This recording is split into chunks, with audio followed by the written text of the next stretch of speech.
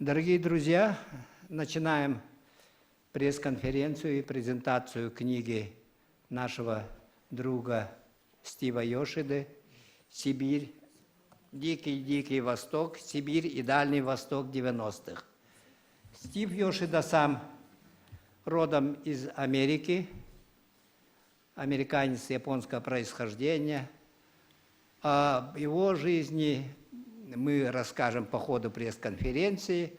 Предваряя вот сегодняшнюю встречу, скажу, что Стив – давний друг Якутии. Он с 90-х годов неоднократно приезжал к нам в страну. Он помогал в становлении якутского клуба «Ротари».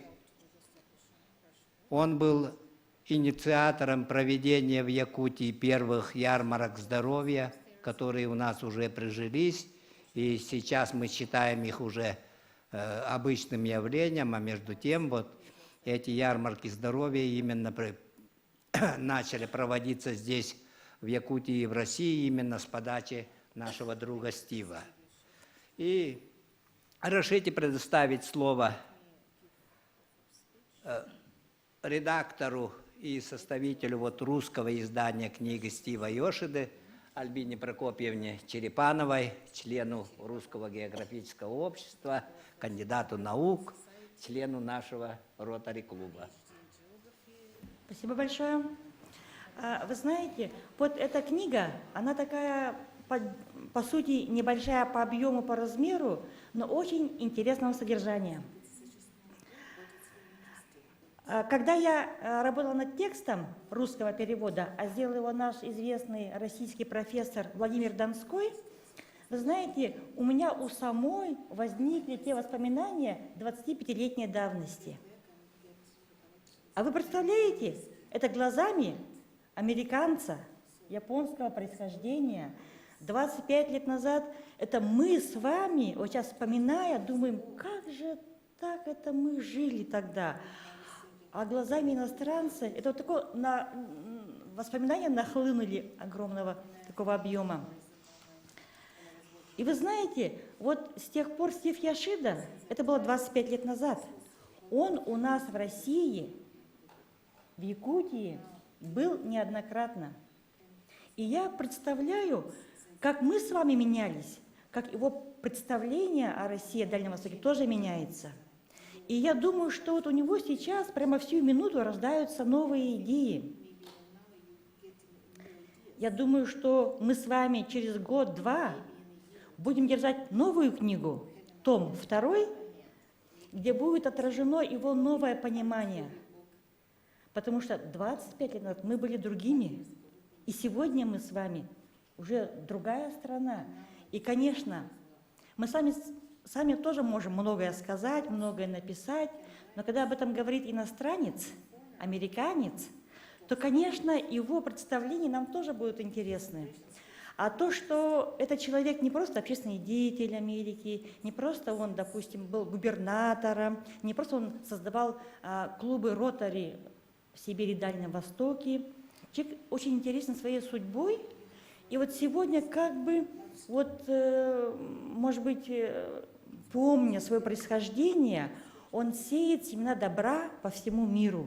Это народный дипломат, который позволяет сегодня говорить себе, своим друзьям о мире. И вы знаете, когда собираются ротарианцы на большие свои мероприятия, то там собирается больше 25 тысяч человек, вот во главе которого стоит Стив Йошида. Это уникальный человек. И сегодня я очень рада, что вы видите вот эту книгу, что вы слушаете автора. Не буду занимать много времени, а думаю, что стоит послушать самого Стива Йошида. Еще раз говорю, с ожиданием того, что через 2 года мы будем здесь с вами презентовать том номер 2. Так, прежде чем предоставить слово автору книги Стиву Йошида, я представляю вам нашего переводчика Катерина Кларк, член тоже нашего якутского ротари-клуба. И, пожалуйста, Стив, о своей книге, о своей жизни.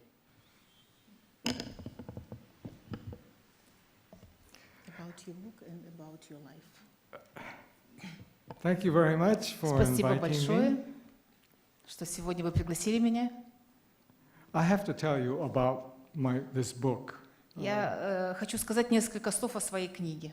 It's a story about things that happened many years ago. Это история о том, что происходило 25 лет назад. And these are stories that were of my experiences when I first came to Russia. И это история о моих первых поездках в Россию. And like most Americans at the time, Большинство американцев в то время, very few people knew anything about Russia. очень мало американцев знали вообще о России, имели представление о России в то время. It's because we had a Cold War. Потому что, конечно, нас разделяла холодная война. We had this iron curtain that blocked people from freely traveling between our countries. Был железный занавес, который разделял нас и не позволял путешествовать, посещать друг друга.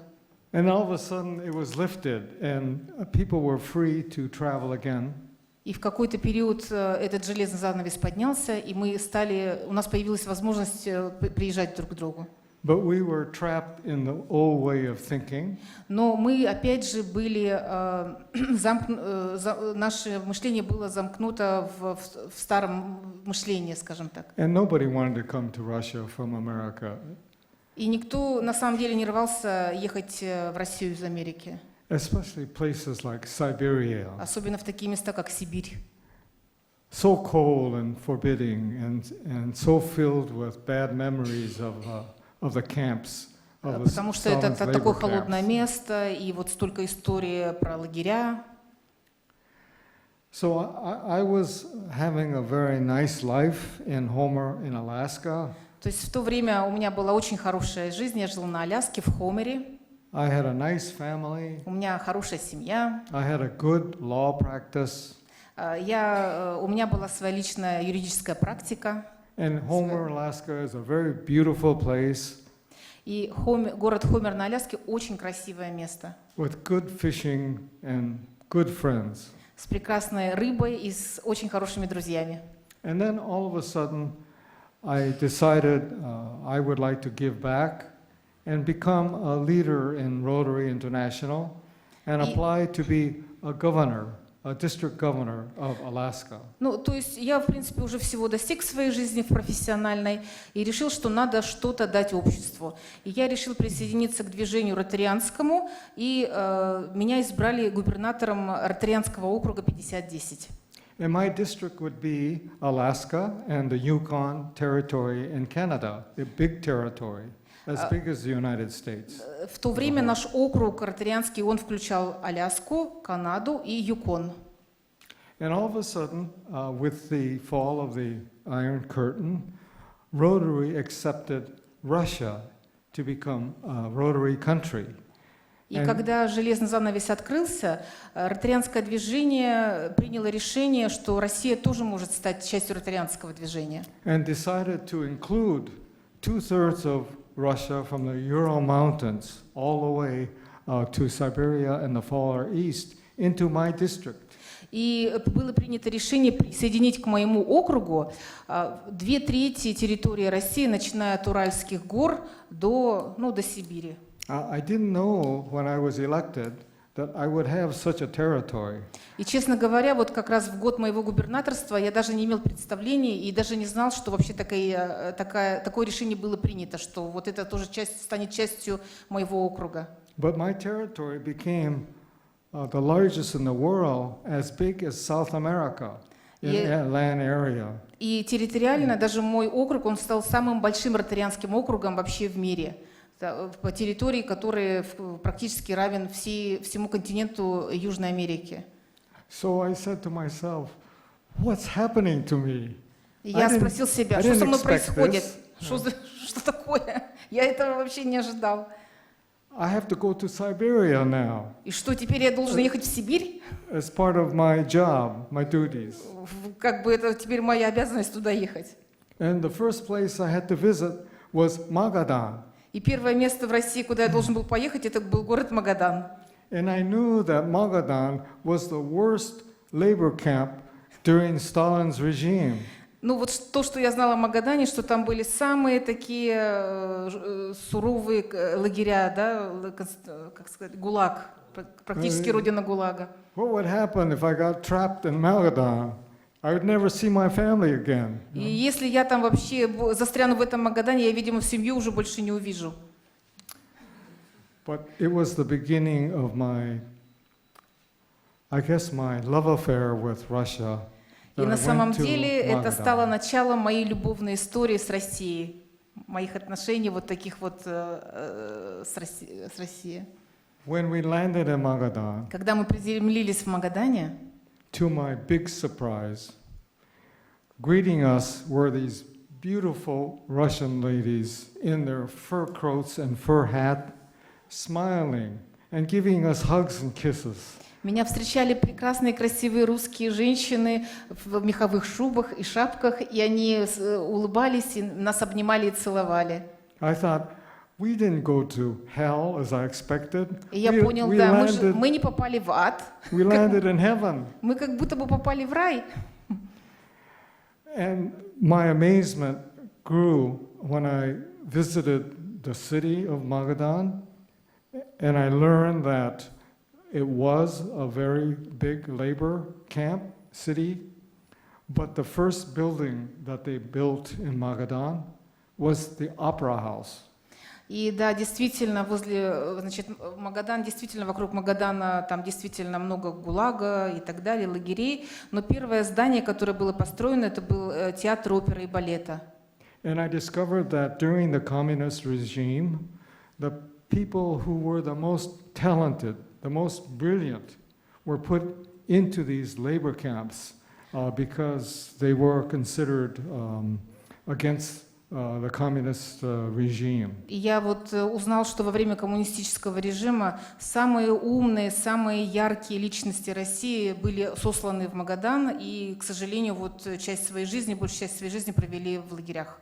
So there were poets, there were artists, there were sculptors, there were these people with fantastic talent. I was once introduced to an entertainer who they introduced as the Frank Sinatra of Russia, because his voice was so beautiful. Столько, оказывается, скульпторов, да, и артистической такой публики было в Магадане. И я даже был вот, познакомился с русским Синатрой, да, Козин, да? So from that time, I realized that all my impressions were wrong. И я понял, что все мои впечатления предыдущие, которые были у меня, они были совершенно неправильными. And I wanted to learn more И я about хотел this country. изучить много изучить нового о России, об этой стране. So from that experience, I had a series of other experiences that really amazed me about Russia in the Far East. 25 years ago, and after some time, I decided that I would write stories about my experiences. И в течение вот этих 25 лет, конечно, у меня было очень много различных историй, с которыми я сталкивался, и я решил написать книгу. And the stories I wanted to write really for myself, because I'm getting old and I'm losing my memory. And if I write, maybe I can remember more things И that на самом happened. деле я решила написать книгу даже для самого себя, поскольку я уже не молодею, скажем так, да, с каждым годом остарею, и хотела вот свои воспоминания, как бы они уходят же со временем, их зафиксировать. How much time can I talk? Сколько по времени?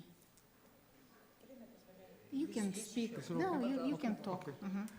So, looking back was a real good exercise. Вспоминая вот эти вот времена, прошлое, то, что происходило со мной 25 лет назад, это для меня было хорошим упражнением.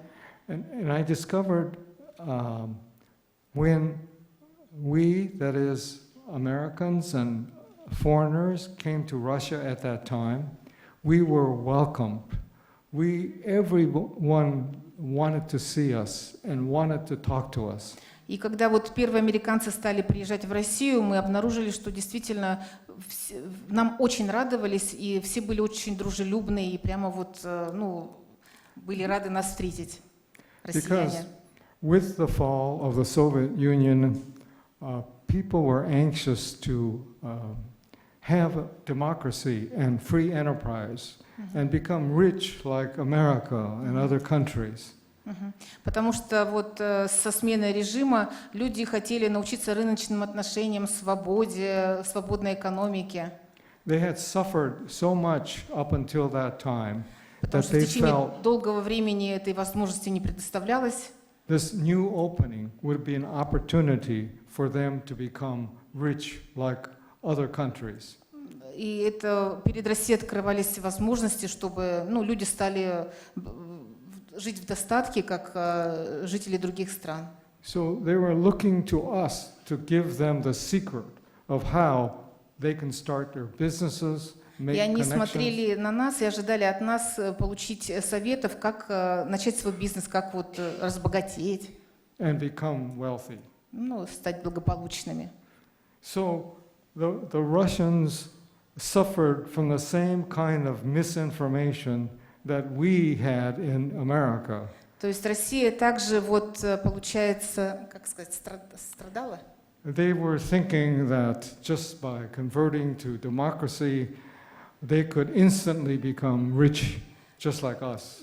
То есть такое вот неверное понимание того, что если они сразу же получат свободу, они также вот могут быстро разбогатеть, да? Немедленно разбогатеть в одночасье. So it was the first lesson in misinformation, Americans not understanding Russia and Russia not understanding the other parts of the world. То есть вот недопонимание было с обеих сторон. Что с нашей стороны мы были вот в своих каких-то стереотипах, и, соответственно, россияне тоже вот несколько неверно понимали нас. So what I wanted to explain in the book that I wrote was not the interesting experiences or the history of what happened during that time. I saw that because of the unique time in history, it was a time of hope and optimism for both sides. You know, we would become the best of friends, we will work together and prosper together. That was the hope at that time. То есть вот 25 лет назад мы были полны надежд того, что мы сможем изменить мир и жить лучше. And of course, things never happen quite like you expected to. И вещи, конечно, не всегда складываются таким образом, как мы планировали изначально. And you know, it was a time of Gorbachev, Было followed by время Yeltsin, Горбачева, Ельцина, and then Putin. Путина. So I observed, I saw in those different regimes how the people suffered. И я вот видел, как люди жили вот в разные, скажем так, при разных президентах, лидерах российских. And I'm not talking about politics. Я не пишу о политике. I'm just talking about what I saw, I observed. Я пишу то, что я видел и вот что я наблюдал. So I don't take one side or another side, but I think by observing what happened in those years, we can see how resilient, how strong the Russian people are. И я хочу сказать, что вот каждое время, вот то, что я наблюдал, я вот это все постарался написать в книге, насколько сильны русские люди. Because through all the difficulty, I saw the Russian people surviving, managing to get through these very difficult times where they didn't have enough heat, didn't have food, didn't have medicine.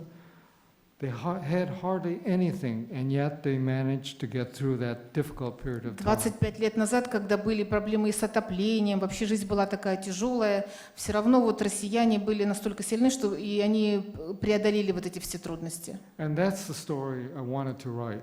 И эту историю, которую я бы вот хотел написать. how the Russian people survived. Как россияне выжили. And looking back, there are many reasons, I think, that Russians were able to go through that period. Excuse me. I think I recognize the Russian sense of humor really helped. Я Да. понял, что чувство юмора очень помогает россиянам.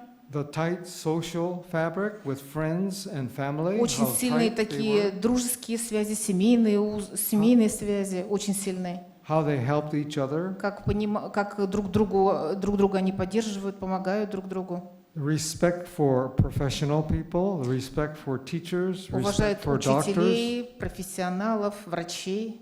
And at the time, the doctors and the teachers were the least paid people in the society. И в то время врачи и учителя, они были самые низкооплачиваемые профессии. But they continued to work even without salary. Но даже вот с такой маленькой зарплатой они продолжали работать с So there are энтузиазмом. many things I admired about what happened during those days. И я очень восхищаюсь тем, что вот россияне сделали в те тяжелые времена. And that's why I wanted to write this story. И поэтому я вот решил написать свою историю. It's very different now, Сейчас все, конечно, по-другому. and it's true, so different that maybe I should write a story about how it's changed. И Альбина, наверное, очень права, потому что действительно теперь настало время написать книгу, как все изменилось. But those were very special times to me, and I think to the Russian people. Но то, что было 25 лет назад, для меня это тоже особенное время, я думаю, для россиян тоже. So people that have read the book explained to me that it brings back many memories of those times because those are times that people want to forget. Люди, которые прочитали эту книгу, они говорят, что они возвращались как бы, да, вот к тем, вспоминали то тяжелое время, и на самом деле они хотели бы даже забыть эти тяжелые времена. But I think we shouldn't forget Но я because считаю, что его забывать не надо. those were times of hope and friendship. Это были времена надежды и дружбы. Even though we didn't have much at the time in goods, we had very strong friendships. Может, даже у нас не так было много материального, но у нас была большая дружба. And I hope someday we Я can надеюсь, что в один день, go back to that feeling in those days. что мы вернемся вот к тому ощущению, к тем чувствам Optimism дружбы, and hope working оптимизма together. и надежды нашего сотрудничества. Да? Thank you. Спасибо. Спасибо Стиву за его рассказ великолепный. Я думаю, у вас еще будут вопросы к нему. Ответы на вопросы мы устроим в конце нашей презентации. А сейчас вот слово нашему юному члену ротарианской семьи Дилусу Гаврилеву, который прочитает отрывок из книги Стива.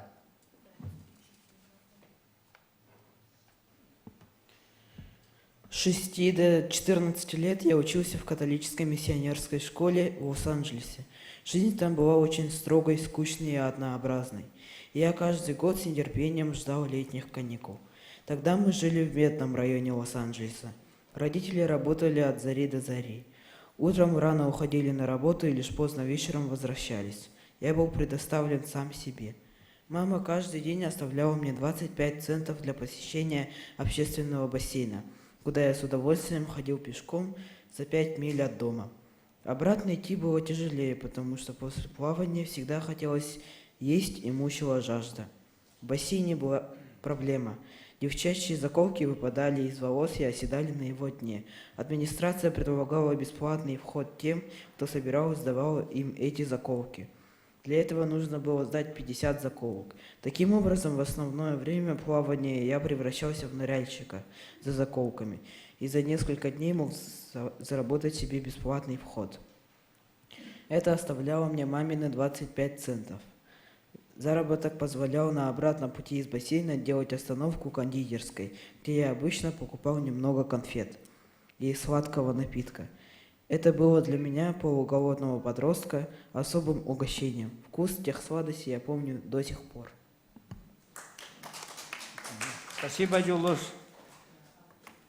В этом году исполняется 30 лет установления побратимских отношений с Аляской, с городом Фэрбенкс.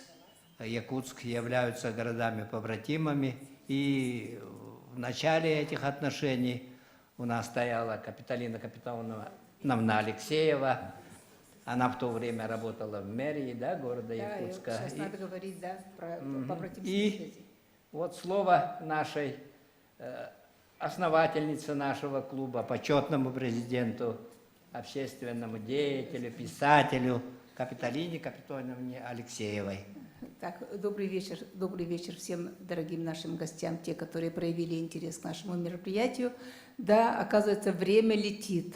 Наши побратимские связи с Аляской начались 30 лет тому назад, и как раз я была заложником вот этого движения, когда Павел Павлович Бородин прямо буквально насильно меня вытащил из научного института и посадил делать эту работу. И я теперь вспоминаю, как мы летели на Аляску через Москву, Нью-Йорк, там еще через какие-то города, ну, в общем, это был страшный путь. Но самое смешное то, что я все время вспоминаю, у нас на руках, мы поехали почти что это где-то дней 20 наша поездка длилась, и на все про все у нас командировочных было по $85 в кармане. И все. Сейчас представьте себе $85. И я помню, Павел Павлович, значит, и эти доллары надо было получать в Москве во Внешэкономбанке. И Бородин, видимо, знал, что такое доллар. Я-то тогда вообще в глаза не видела этот доллар, поэтому мне как бы было все равно. Он пошел к начальнику банка, то есть управляющему банку, и говорит: ну, пожалуйста, дайте нам хотя бы еще по $100, мы готовы купить у вас. Значит, нет, не положено, и все. Вы можете себе представить сейчас поездку в любую страну с кармане $85. И на это мы должны были питаться, в гостинице жить и вообще 20 дней жить. Вот жизнь меняется, и слава Богу.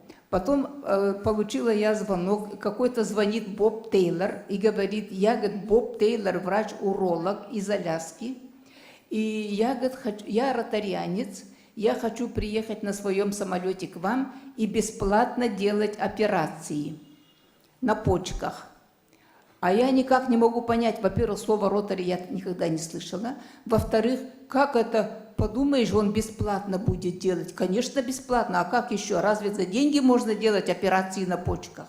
Оказывается, в Америке это все делается за деньги, и каким-то образом, ну, в общем, мы его привезли. И вот он летел со своим 12-летним сыном на самолете через дорогу Ленд-Лиза. И можете себе представить, он говорит: мне надо заправить самолет, я готов платить. И говорит: здесь нет рублей, у меня одни $. А в аэропортах бензины завались во времена коммунистов, и никто не понимает, что бензин стоит денег, и вообще за него надо платить.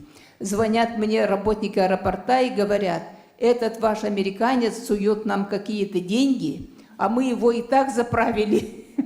Короче, они его бесплатно заправили, а он нам сует деньги. Вот представьте, мы в какой стране жили и вообще какие были понятия.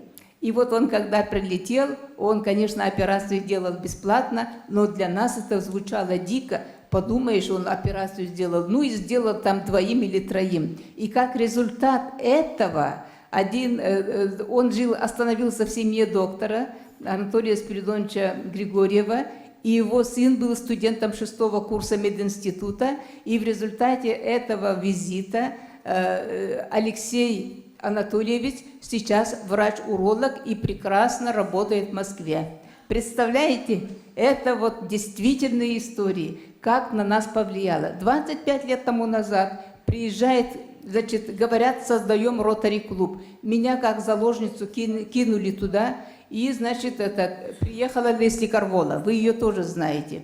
Лесли Карвола приехала, она пытается объяснить про создание ротари-клуба, живет у меня, а у нас в доме тараканов кишмя кишат. И, значит, это я всех соседей в подъезде попросила, чтобы они всех тараканов потравили. Они все потравили. Лесли, значит, переночевала одну ночь, на следующее утро выходит из большой комнаты моей, выносит мне большого-большого таракана и говорит, он катапультировался, говорит, сверху на меня. Я говорю, а сейчас попробуйте найти таракана, да, в своем доме, где вы его найдете? Ну, в общем, мы с Лесли создали этот ротари-клуб, вижу, что у нее ничего не получается, мне пришлось подключиться, и поехала в Хабаровск, 94-й год, и там какой-то японец ходит, и говорят, он будет всем нашим начальником. И вот тогда мы познакомились со Стивом Яшида. Это было ровно 25 лет тому назад, а мы свою хартию как клуб получили 24 августа 1994 года, как раз 25 лет тому назад. Действительно, вот ярмарки здоровья, сейчас никто не удивляется, да? Подумаешь, ярмарку здоровья, ярмарка плохая, там чего-то нет, еще кочевряжемся, говорим, еще что-то не так, да? А тогда первые ярмарки здоровья, вообще говорят, ярмарку здоровья. Я ярмарку тщеславия читала, Текерея, но ярмарка это когда ряженые ходят, а я ничего не могу понять, как это, какая ярмарка здоровья, что такое ярмарка здоровья. И нам объяснили, тупорям, что такое ярмарка здоровья, и Стив лично грузил вот эти муляжи, различные муляжи для мэрии.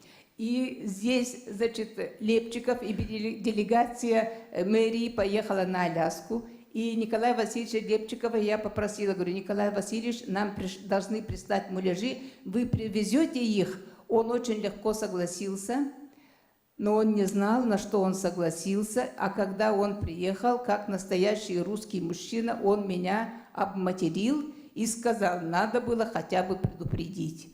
Но, короче, они привезли, мэревские работники, очень много муляжей, которые лично грузил Стив Яшида в аэропорту Анкориджа. Так, очень много можно рассказывать, но я хочу сказать, что вот это влияние, вот эти отношения все-таки повлияли на жизнь очень многих людей, очень многих. Кто не был на ярмарке здоровья? Мы все с вами были, да? Значит, сколько детей выучилось, сколько студентов, сколько школьников. И это все вот дела этого человека. И я очень рада, что вот я смогла, что судьба мне подарила встречу с ним. И до сих пор, вот 25 лет, наша дружба продолжается. И я надеюсь, что несмотря на очень сейчас напряженные, холодные отношения между нашими странами, нашу дружбу как сломаешь? Он меня называет сестрой, я его называю братом. Брат с сестрой как могут расстаться? Никак, никогда. Поэтому, товарищи, пожалуйста, дорогие друзья, задавайте вопросы. Интересный человек, интересный собеседник, не стесняйтесь и не сидите молча. Пошутите, посмейтесь, чтобы было интересно всем.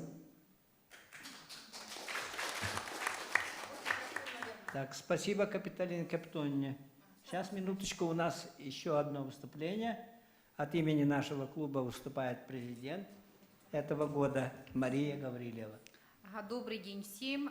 Мне очень приятно быть президентом в третий раз в Ротари-клубе в течение 16 лет. Это очень такой ответственный год для нас, юбилейный. Поэтому мои соклубники очень попросили меня, чтобы я возглавила вот с 1 июня президент клуба. Я очень этим горда. И, конечно, в течение этого года, с 1 июля 2019 года по, наверное, до конца июня следующего года у нас будут идти юбилейные мероприятия. И визит нашего друга, нашего отца, и не побоюсь этого слова, Стива Яшид, для нас это очень огромное мероприятие. Мы бросили все свои дела, вот, и занимаемся все эти дни только с ним.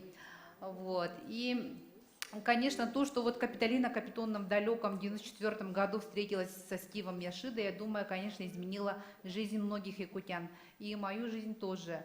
Вот. Также хочу отметить, что благодаря вот деятельности клуба Ротари дети получили взрослые инвалидные коляски. Более 100 колясок было привезено из Америки в Якутию. Потом эти ярмарки здоровья тоже очень подробно сегодня рассказали. Муляжи, они действительно были огромные. Это чемоданы органов, пораженных вредными привычками, там алкоголизм, наркомания, какие-то заболевания. Вот. Потом, значит, эти школьные обмены, студенческие обмены, программа «Открытый мир». У нас более 100 человек из Якутии побывали по этой программе. Это депутаты, это представители бизнеса, это предпринимательская среда. То есть очень много социальных проектов было проведено и проводится. Вот. А наши обменные школьники – это, конечно, отдельная тема. Они вот приезжают, целый год живут, рассказывают про свою культуру, а также наши дети ездят и в Америку, и в Бразилию, и в Германию. Вот у нас была школьница, целый год училась в Германии, в Индии, вот, в Колумбии. Поэтому, конечно, программ очень много, клуб у нас очень маленький, но мы всегда открыты для общения.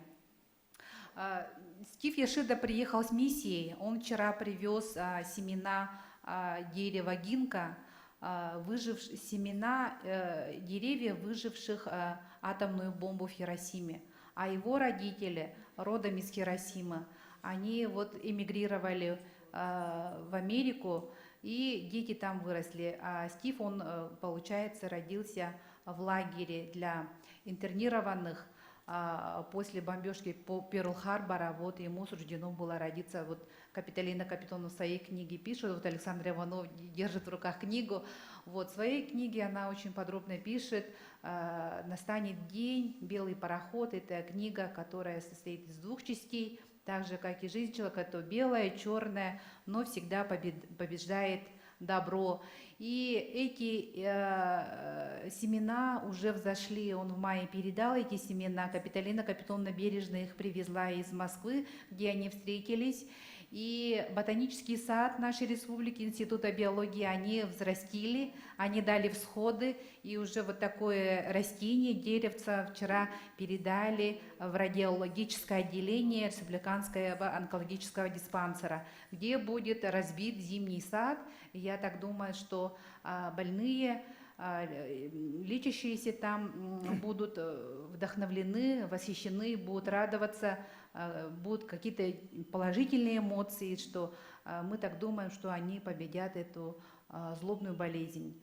Вот, и я долго говорить не буду, и хочу вручить сувенир для Стива, и хотела бы пригласить его вот сфотографироваться.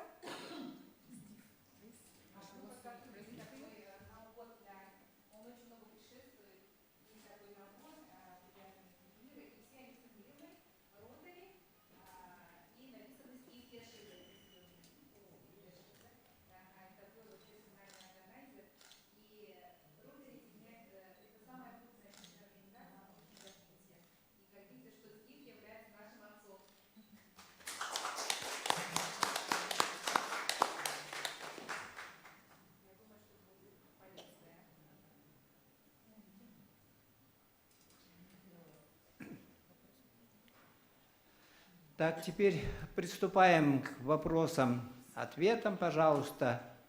Спрашивайте Стива о его жизни, о его отношениях и связях с Россией, с другими странами.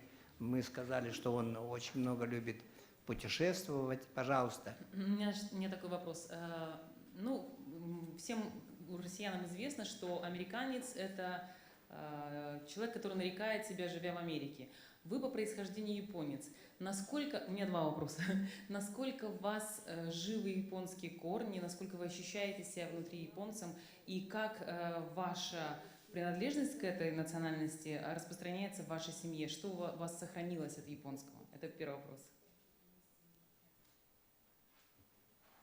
My wife, who I met in Japan, and she's the constant source of information about Japan. Um, I was born in California Я родился в Калифорнии, and raised as an American. а вырос как американец. But because of my face, Ну, yes. Но в связи с тем, что у меня вот такое лицо, people consider me Japanese. люди считают, что я японец. But I'm no different than any American. Но я не отличаюсь ни от любого другого американца.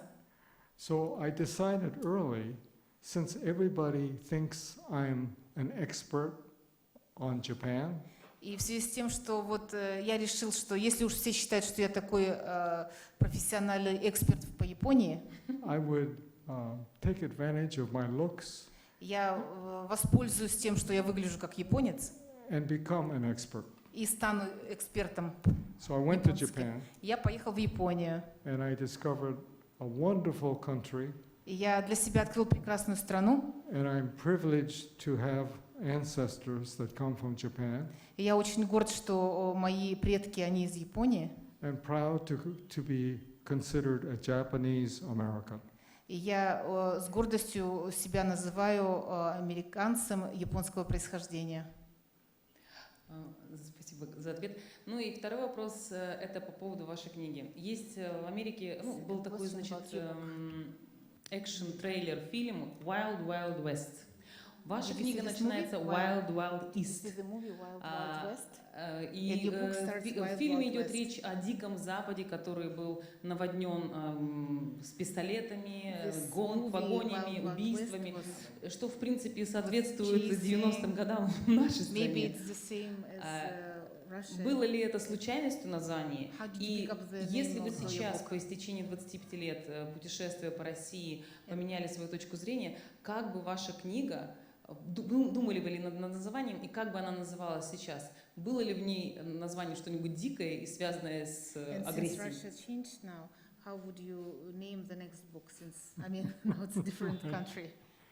Yes, Wild Wild West is a famous phrase Дикий in Запад.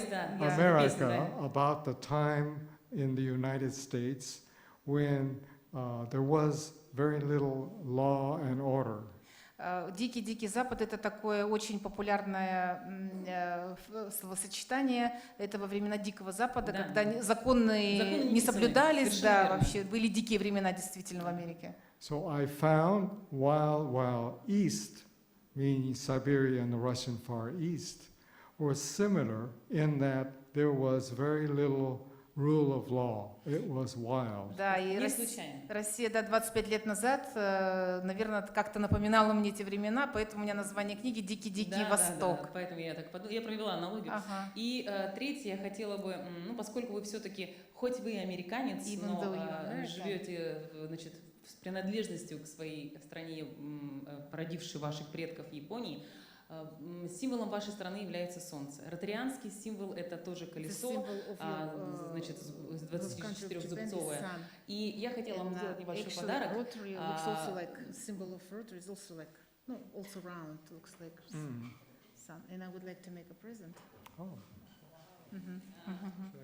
Я сотрудник нашей местной телевизионной компании НВК «Саха», но у меня есть свой небольшой частный бизнес, маленький магазинчик цветов «София». И вот я хотела вам символ солнца под солнцем, который одновременно похож на похож на ваш 24-зубец и символ солнца вашей страны.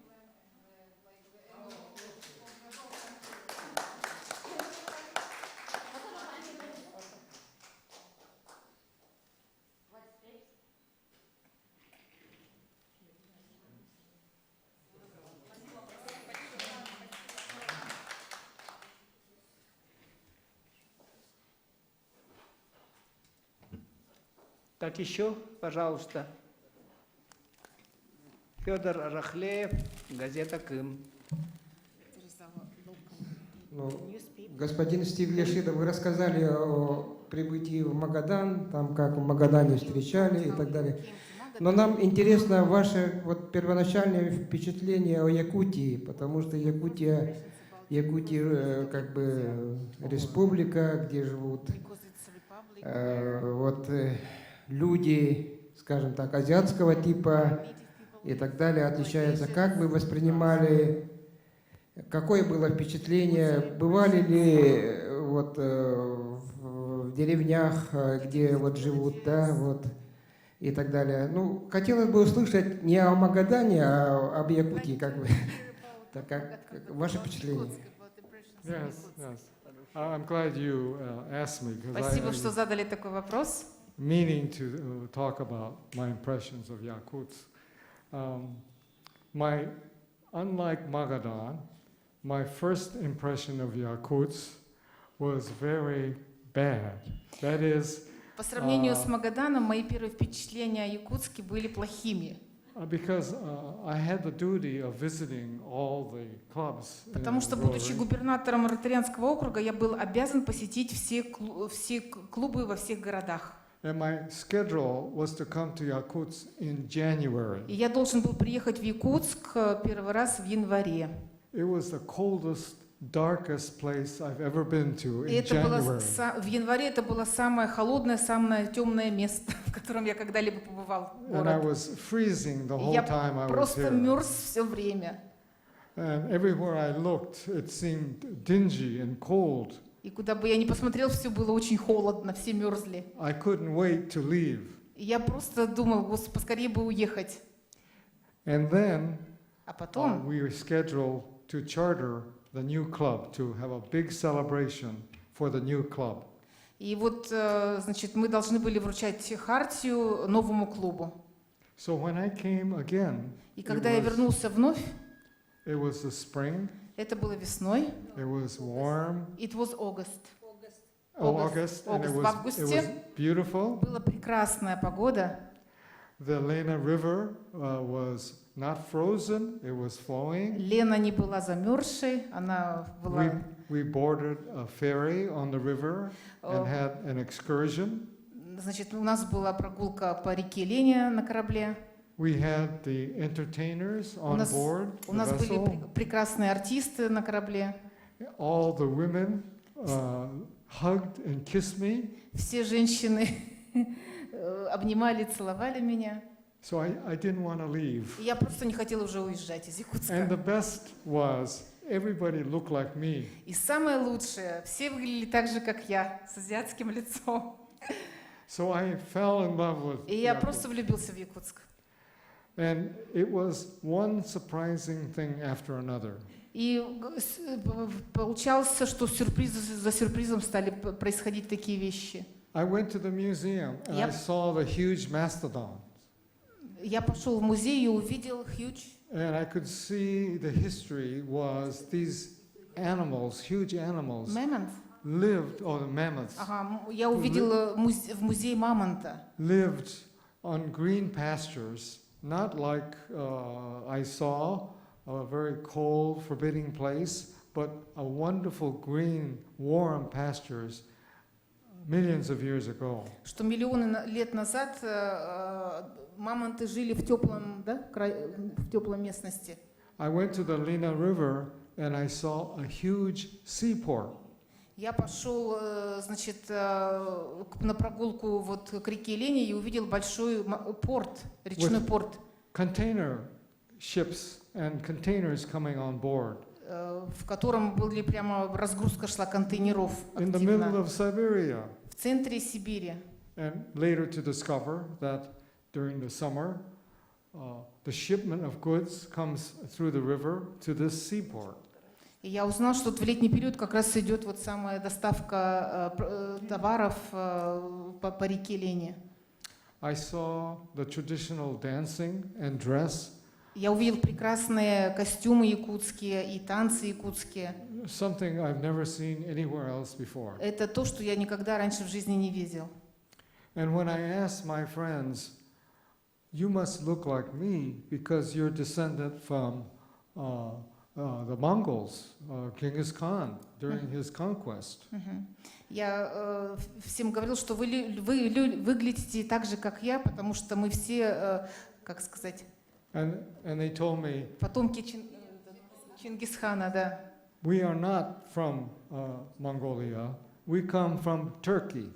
И мне сказали, мы не из Монголии, мы из Турции, тюркский народ. Мгм, And I турки. asked, but you don't look Turkish. Но я говорю, ну вы же не выглядите как турки. And they said, the Turks used to look like us И мне before говорили, they что came here. турки выглядели так же, как мы, до того, как они пришли сюда, да? Так. So I discovered that this culture, 800 to 1,000 years old, came before even the ancient culture in Turkey.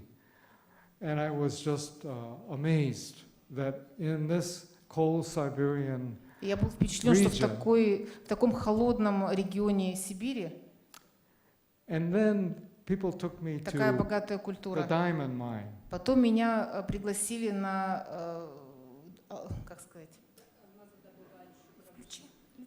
A diamond mine, one of the deepest алмазодобывающую, you mean mining, Инмирный? in the mining Да. near Инмирный? Yakutsk is diamonds, you know, where they are Ему mining. рассказали про добывающую промышленность, особенно про алмазы, к чему все неравнодушны. And it's one of the world's biggest diamond industries here in Yakutsk. And so all of these things, a seaport, ancient animals, famous culture, all the resources that you have here was unbelievable. And so I became a big promoter of Yakutsk. I felt we must send more people here to learn about all these wonderful things that I had no idea existed. So I became a big promoter for Yakutsk and told everybody I knew about this city.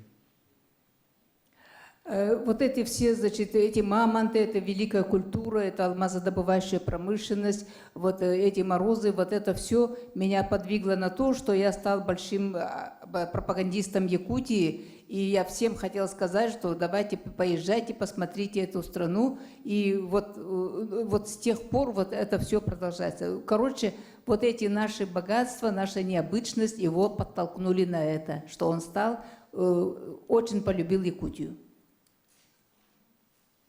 I should mention also that there's also a dark side to this region. I learned that this was the site of many atmospheric testing for nuclear weapons.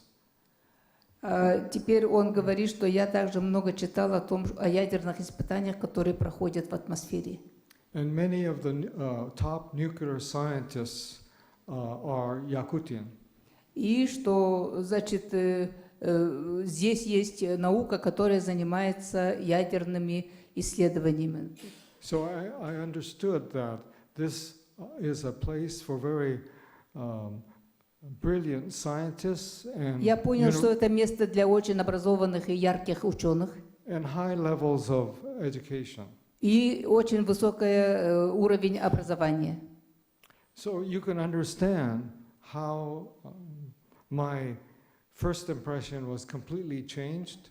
И вы можете понимать, насколько мое первое впечатление изменилось. And how now I feel more people need to know about this place. И я теперь, конечно, понимаю, что все больше и больше людей должны знать вот эту часть земного шара. So I hope in future to return with delegations of Rotarians. Я надеюсь, что в and other будущем я people. привезу сюда делегацию иностранцев. Hope to see you again. И я очень надеюсь, что мы с вами еще встретимся. Уважаемый Стив, хочу спросить, вот тоже споткнулась вот сначала вот название книги, да, «Дикий Восток». Вы тут говорили о стереотипах. Стереотипы, конечно, есть у людей, которые живут обособленно, не общаются. Когда идет общение, вот уже дружеские связи и так далее, вот тогда они постепенно стираются, эти стереотипы. У вас я еще раз, хотя вопрос тут был, я еще раз уточняюсь, это начало такое связано с таким стереотипами? Дикий Восток, Восток так воспринимался вами в начале?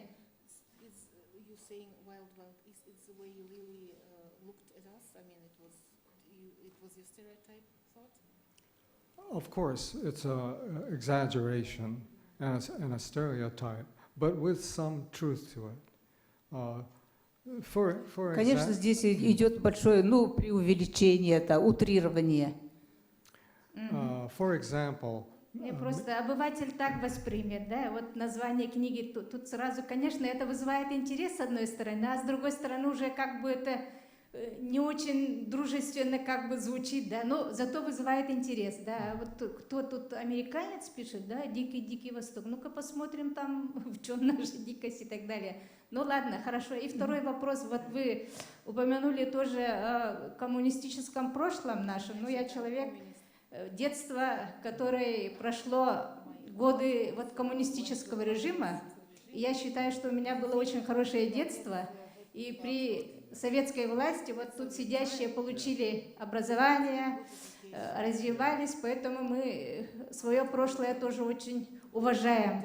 Но времена меняются, тоже то, что стало свободы много, конечно, с одной стороны, это очень хорошо, уже человек свободен, границ как таковых нет, мы все ощутили себя, многие детьми одной планеты Земля и так далее, вот это очень хорошо. Но уметь пользоваться так вот очень грамотно, очень гуманно вот этой свободой, еще, конечно, это процесс долгий, поэтому не все мы умеем вот этими свободами пользоваться. И просто я вас спрашиваю не как политика, не как ученого, а просто как рядового гражданина.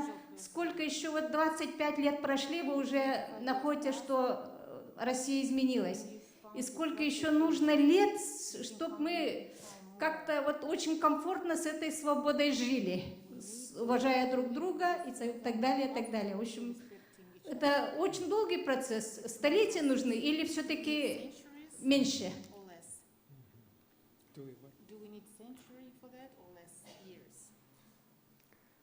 I can't tell you what time we need Я не могу to. сказать, сколько времени нам надо для этого. But I agree, it's a process, Я согласен, что это длительный процесс. and we are moving sometimes closer together and other times further apart. But as my sister Kappa has said, during the process, we create friendships and understanding, and I don't think that changes. The things that I learned 25 years ago, to me, are just as true today, even though the surroundings are very different. And the things that are the same have to do with the spirit of the people. And that's what I tried to bring out in the book, was that precious spirit of the Russian people, how they are able to withstand any hardship through humor, through good social and family ties. In many ways, they are very strong and have a precious personality. So I think those things have not changed. Так, в общем, здесь профессиональных переводчиков нету, поэтому я прямо заранее прошу извинить за то, что вот мы сейчас стараемся до вас коряво донести. Этот процесс длительный, и, конечно, вот за 25 лет вот мы создали такие дружественные отношения, и впереди еще, значит, как это все будет проходить, это, скорее всего, зависит от нас, от наших действий и от наших помыслов. Вот такого плана. Катя, тебе там полегче, наверное, рядом сидишь. Спасибо, мне уже, да, я поняла, что это процесс длительный. Процесс длительный. Да, конечно, тут сроками измерить, наверное, нельзя. И третье. Вашу биографию я узнала из книги вот Капитолины Капитоновны «Белый пароход». У вас очень интересная биография, и у вас просто можно, конечно, мы восхищаемся вот вашим жизнелюбием и вот человеколюбием, да? Вы 5 лет тому назад были в моей школе, я директор одной из городских школ, общались с моими детьми. Так, детям было очень интересно с вами. Да, знакомиться и так далее. И вы мне тогда подарили японскую такую салфетку. И эту салфетку я храню дома, как память об очень интересном человеке, о большой личности. И сегодня я хочу подарить вам тоже наш сувенир. Oh, 5 лет тому назад, да, на самом деле он посетил вашу школу. one book. No? Школа номер 7 города. Да, 7-я школа. Такой интересный герб. Тут это герб нашей родины, Мюрба, это как бы штат Америки, да? Громкое наименование, штат Мирба. Да? Вот, мафиозия.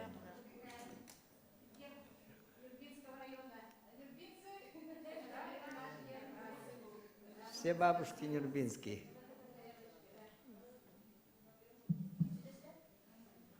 Стив, please, фото.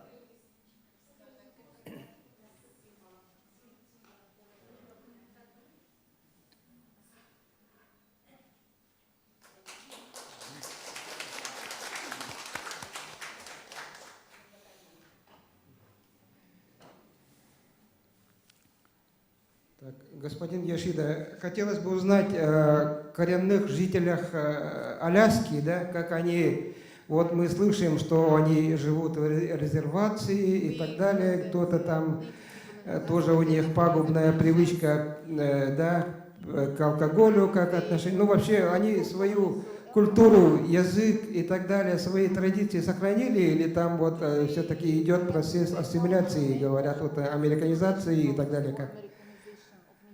Вот хотелось бы узнать, как они там живут, индейцы, эскимосы и там какие-то. Катя, подключайся сама.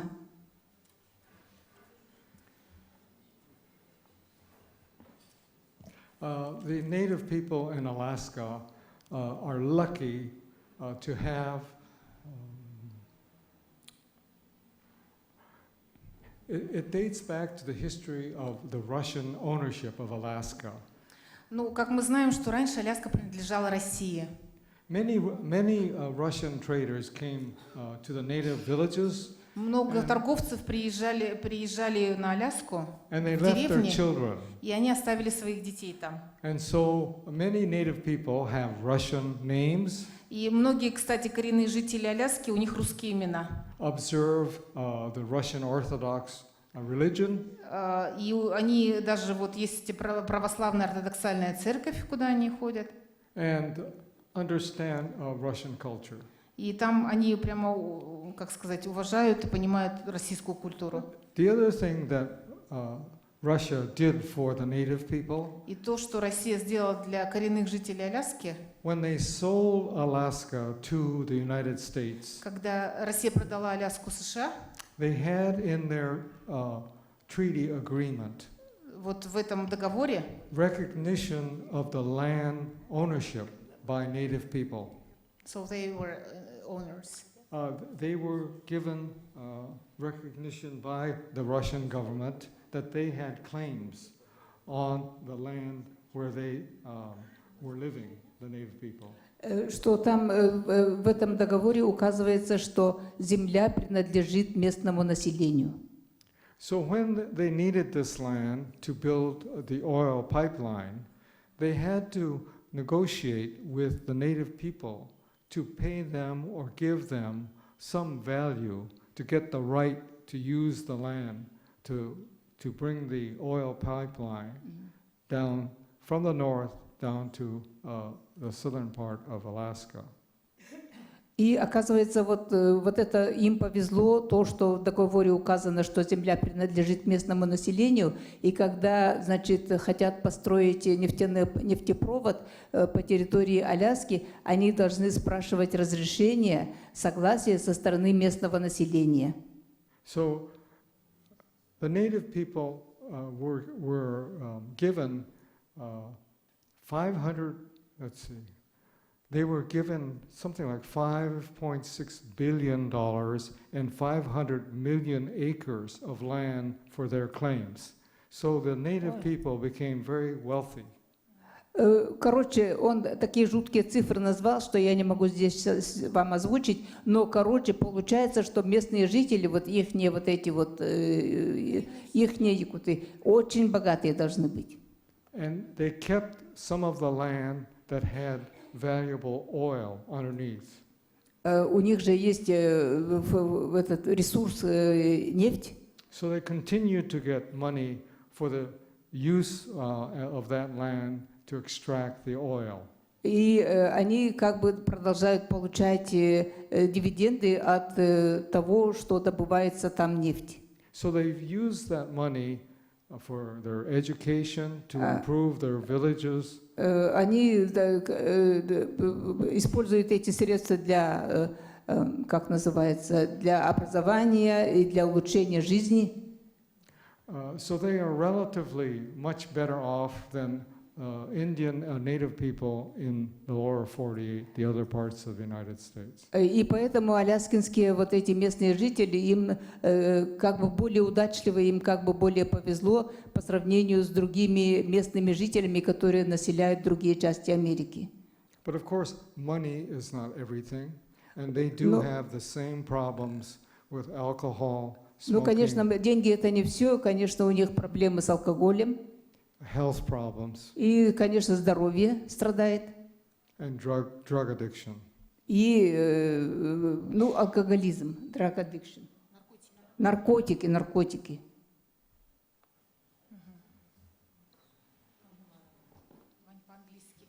Ваня по-английски. Нет, давайте по-русски все-таки. У меня вот такой вопрос по поводу вашей книги. Вы ее характеризовали как книга воспоминаний, но все же какова, вот у меня вон такой короткий, в общем-то, вопрос, и я хотел бы услышать короткий ответ. Какова все же главная идея вашей книги, главная идея, и какой вывод вы, может быть, сделали после того, как написали ее? Это первое. А второе, период, о котором речь идет в этой книге, насколько я понимаю, 25 лет назад, и то, что было 25 лет назад, и 90-е годы, получается. Тогда это был дикий Восток, как вы назвали книгу. А сейчас, как вам кажется, этот Восток стал более цивилизованным? Типа civil East. It became, at least partly, or not yet? No, it of course has become much more civilized. Конечно, он стал намного цивилизованнее. It was the wild East in the absence of a strong administration. Я не слушаю. There was absence of control and discipline. Ну, дикий Восток в то время, он был в отсутствии законов, да, то есть никто не соблюдал законы, скажем так.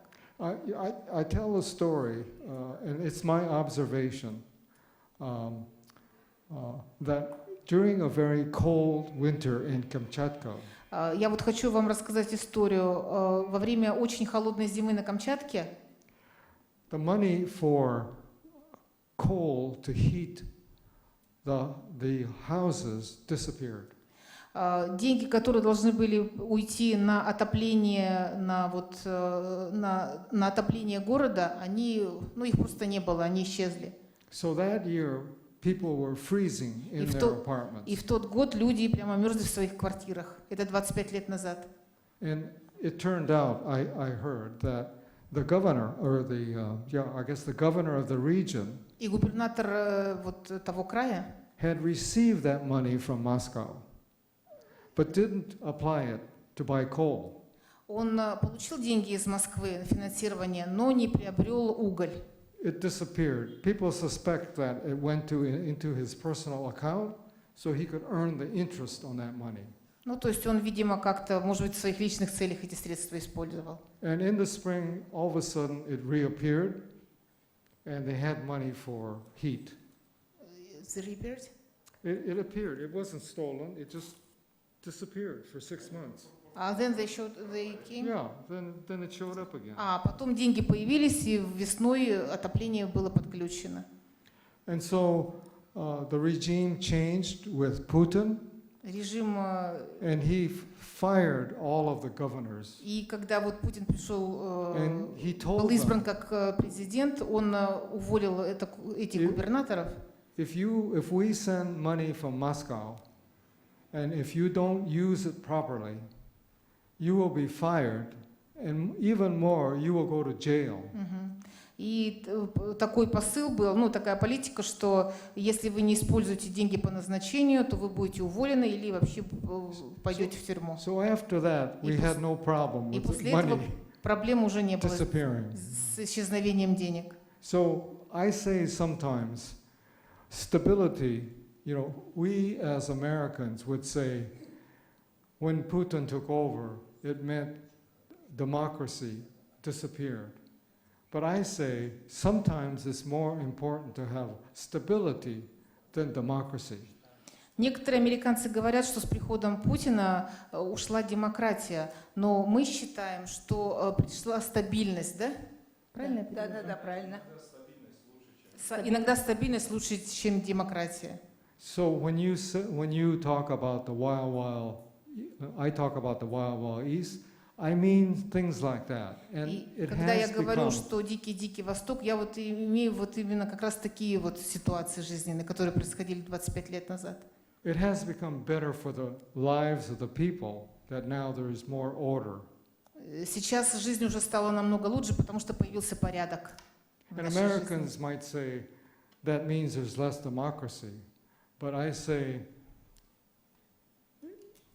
if it's better for the people, who are we to judge? You know? Yeah.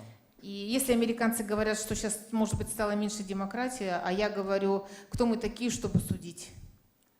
Если людям стало лучше, то, значит, что в этом плохого? What's the main idea of your book? Oh, so the main idea of my book, I realized that I have a poor memory for names and dates. Я понял, что у меня очень плохая память на имена, на даты.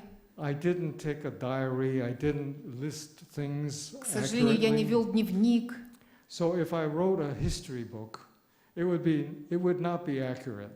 Если бы я написал какую-то книгу истории, то она была бы не такой Точной.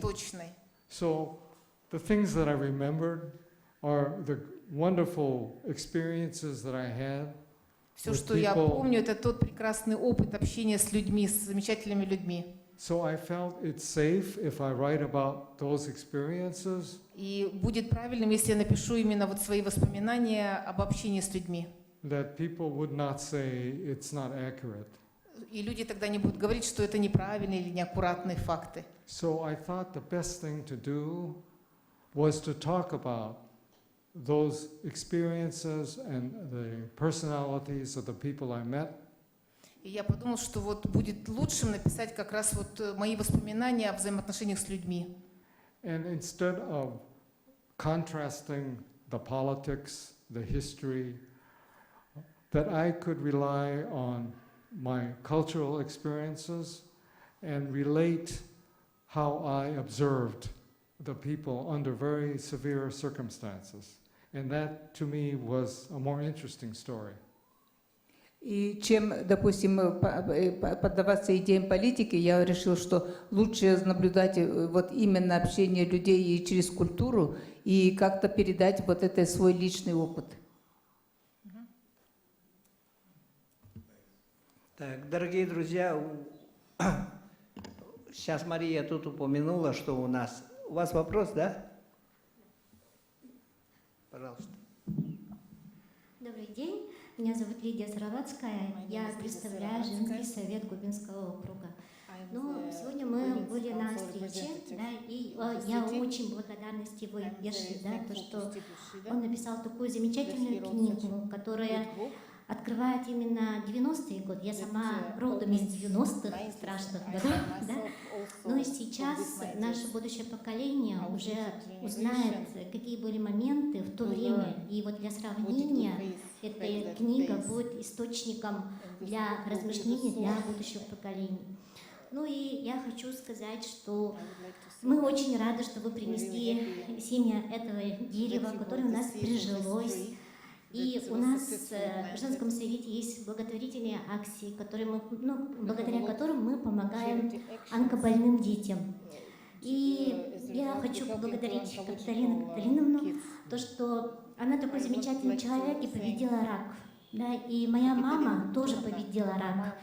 И нас в Якутии вообще волнует вопрос здоровья женщин, да, и хотелось бы внести свою маленькую лепту, может быть, озеленение территории радиологического центра. Мы уже занялись озеленением перинатального центра в этом году. И надеемся, что мы внесем свою лепту, чтобы это деревце, которое приехало к нам из Хиросимы, да, и потом уже дает зеленый сад, где будут отдыхать наши, может быть, больные детки, мамы, и здоровье у них укрепится. Ну и как я сама биолог, да, преподаю генетику, я очень интересуюсь вот этими моментами, и хотелось бы сказать, что студенты тоже очень заинтересованы именно радиологией, онкологией, и как можно излечить вот эти болезни. Да? И по каналу BBC когда-то был документальный фильм по Хиросима. И мы со студентами все это посмотрели и задумались. У нас была проектная деятельность, где мы попытались затронуть эту проблему. Когда не только на одном поколении это идет на целые поколения, и там показывали семьи, у которых нет детей. И даже есть пары, которые были в этом городе, да, и не имеют возможности иметь детей, ввиду того, что они знают, что это будет ужасно. Ну и со стороны вот нашего женского совета мы хотели бы в Якутии, да, в Якутске не было больных вообще, да, но, к сожалению, такого не будет, но мы вносим свою маленькую лепту и желаем всего да, чтобы он почаще к нам приезжал.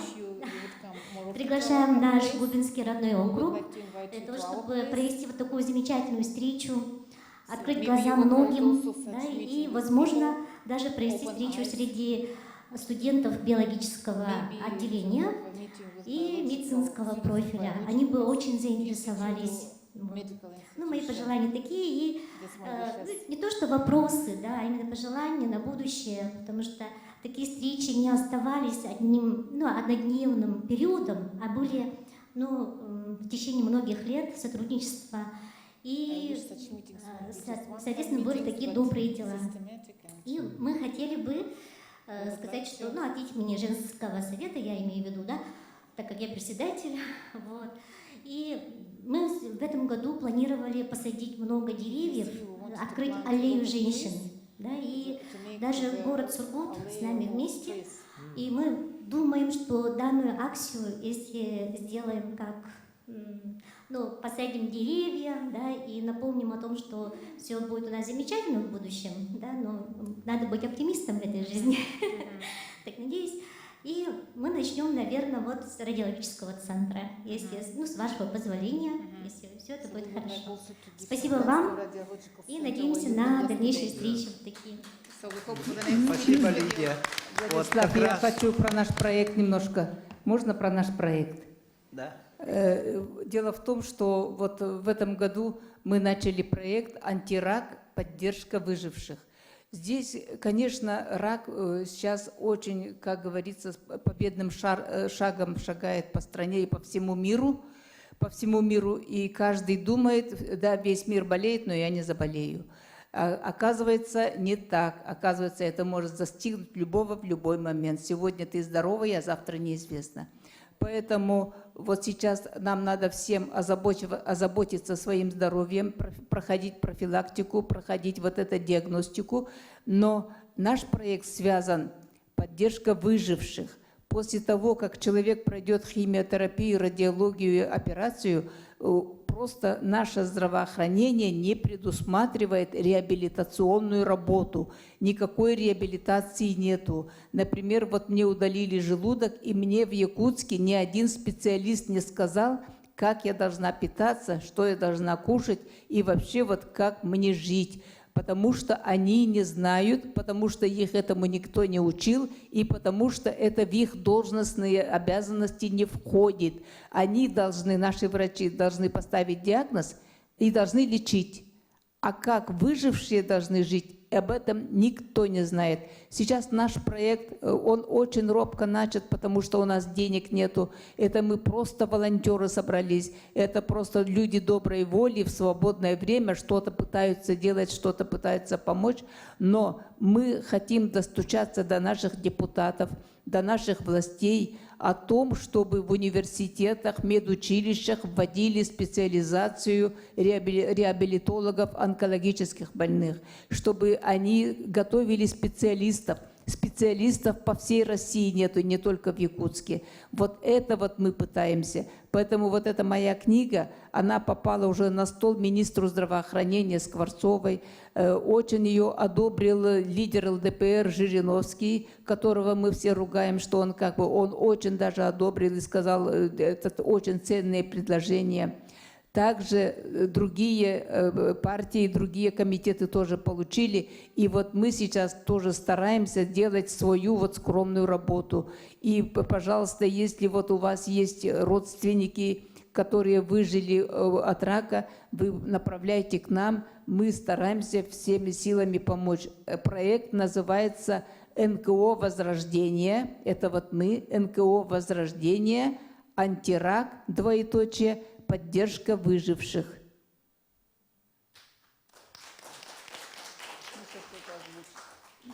Спасибо, Капиталине Капитоновне. Вот программа эта действует у нас с прошлого года, уже проводятся очень много мероприятий, налажены контакты с поликлиникой номер 1, центром по профилактике иммунодефицита, да, и другими. И вот, как рассказали, вчера вот Стив Йошида передал саженец дерева радиологическому отделению онкологического диспансера. Поэтому к нам в эту программу могут приходить не только больные, не только выжившие, но и те, кто пожелает оказать помощь, волонтеры, медики, общественники и так далее. Пожалуйста. Так, и еще есть вопросы? Нету. Тогда разрешите, пожалуйста.